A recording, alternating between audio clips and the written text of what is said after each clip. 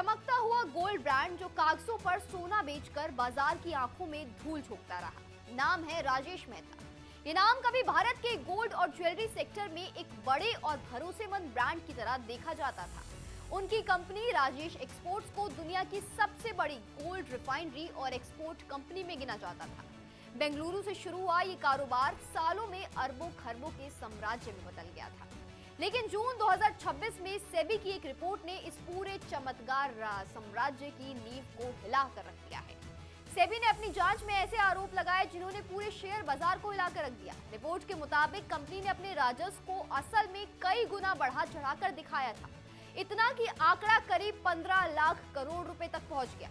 ये रकम कई भारतीय राज्यों की कुल अर्थव्यवस्था से भी बड़ी बताई जा रही है। यहीं से सवाल उठता है कि क्या ये सच में कारोबार था या सिर्फ कागजों पर बना एक फाइनेंशियल भ्रम। सेबी की जांच में सामने आए कि कंपनी ने एक बेहद जटिल तरीका अपनाया था। इसमें एक ही सोने को बार बार खरीदने और बेचने का दिखावा किया गया। असल में भौतिक रूप से कोई बड़ा लेन देन था ही नहीं, लेकिन कागजों पर हर बार नया राजस्व दर्ज होता रहा। इस पूरी प्रक्रिया में शेल कंपनियों और जुड़े हुए संस्थानों का इस्तेमाल किया गया। ये कंपनियां केवल कागजों पर मौजूद थी या फिर सीमित गतिविधियों के साथ इस नेटवर्क का हिस्सा थी। इनकी मदद से फर्जी इनवॉइस बनाए जाते थे, जिससे ऐसा दिखाया जाता था कि कारोबार तेजी से बढ़ रहा है। सेबी की रिपोर्ट के अनुसार वित्त वर्ष 2023 से 24 में कंपनी ने करीब 3.41 लाख करोड़ रुपए का राजस्व दिखाया था, लेकिन जांच में पाया गया कि इसका लगभग 98% हिस्सा वास्तविक व्यापार पर आधारित था ही नहीं। यानी कारोबार था लेकिन कागजों पर, सिर्फ कागजों पर। सेबी ने पिछले 10 सालों के रिकॉर्ड खंगाले। 2014 से 15 से और 2023 से 24 तक के आंकड़ों की जांच में ये दावा किया गया कि कुल मिलाकर लगभग 15 लाख करोड़ रुपए का फर्जी राजस्व दिखाया गया। इस खुलासे के बाद सेबी ने कड़ा कदम उठाते हुए कंपनी के शीर्ष अधिकारियों, जिनमें राजेश मेहता भी शामिल है, उन पर शेयर बाजार से प्रतिबंध लगा दिया गया। साथ ही भारी जुर्माना भी लगाया गया। लेकिन इस पूरे मामले का एक और बड़ा पहलू है और वो है निवेशकों का भरोसा जो इन्वेस्टमेंट कर रहे हैं। कंपनी के शेयर की कहानी भी काफी चौंकाने वाली रही। 2022 में इसका शेयर करीब 900 रुपए तक पहुंच गया था, लेकिन धीरे धीरे गिरते हुए 2026 तक ये 30 रुपए से भी नीचे आ गया। ये गिरावट सिर्फ बाजार की कमजोरी नहीं थी, बल्कि अंदर छिपे वित्त सवालों का संकेत भी था। अब सवाल ये है कि जब कंपनी के आंकड़े इतने बड़े थे तो क्या निवेशकों ने संकेत नहीं देखे?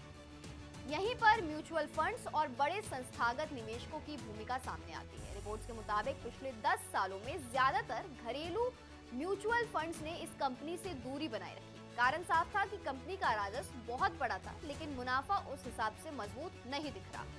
ये असंतुलन अनुभवी फंड मैनेजर्स के लिए एक बड़ा रेड फ्लैग था। इसके अलावा कंपनी के बिजनेस मॉडल पर भी सवाल उठते रहे। लगातार बढ़ते राजस्व के बावजूद स्थिर और मजबूत मुनाफा ना दिखाना निवेशकों को असहज कर रहा था। इस वजह से कई बड़े म्यूचुअल फंड्स ने इसमें निवेश नहीं किया या फिर समय रहते बाहर निकल गए और समझदारी दिखा दी। लेकिन इस कहानी में सबसे चौंकाने वाला नाम आया है LIC।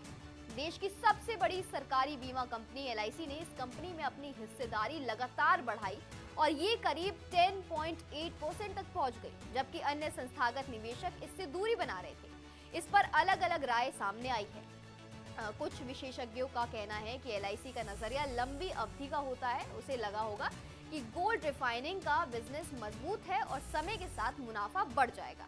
वहीं दूसरी तरफ कुछ सवाल ये भी उठाते रहे कि क्या निवेश निर्णय पर्याप्त गहराई से जांच के बाद लिए गए थे या फिर बड़े ब्रांड और भारी राजस्व आंकड़ों पर भरोसा किया गया।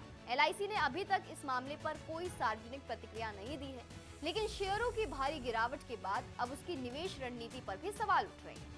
इस पूरे घोटाले का असर सिर्फ एक कंपनी तक सीमित नहीं है, ये भारत के कॉर्पोरेट गवर्नेंस सिस्टम पर भी गंभीर सवाल उठाता है।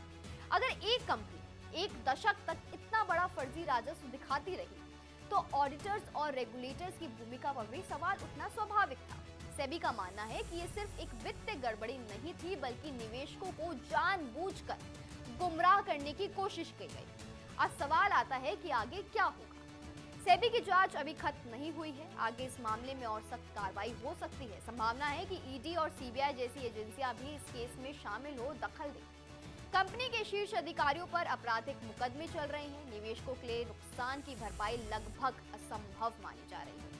ये पूरा मामला एक बड़ी सीख देता है कि शेयर बाजार में सिर्फ बड़े नाम और चमत्कार आंकड़े ही पर्याप्त नहीं होते। असली ताकत होती है पारदर्शिता की, भरोसे की और सही ऑडिट सिस्टम की। वरना कागजों पर बना सोने का साम्राज्य भी एक दिन मिट्टी में मिल सकता है। तो इस खबर से आपको क्या सीख मिली, हमें कमेंट बॉक्स में जरूर बताएं। और अगर आपने हमारे चैनल को अब तक सब्सक्राइब नहीं किया तो जल्द कर दें।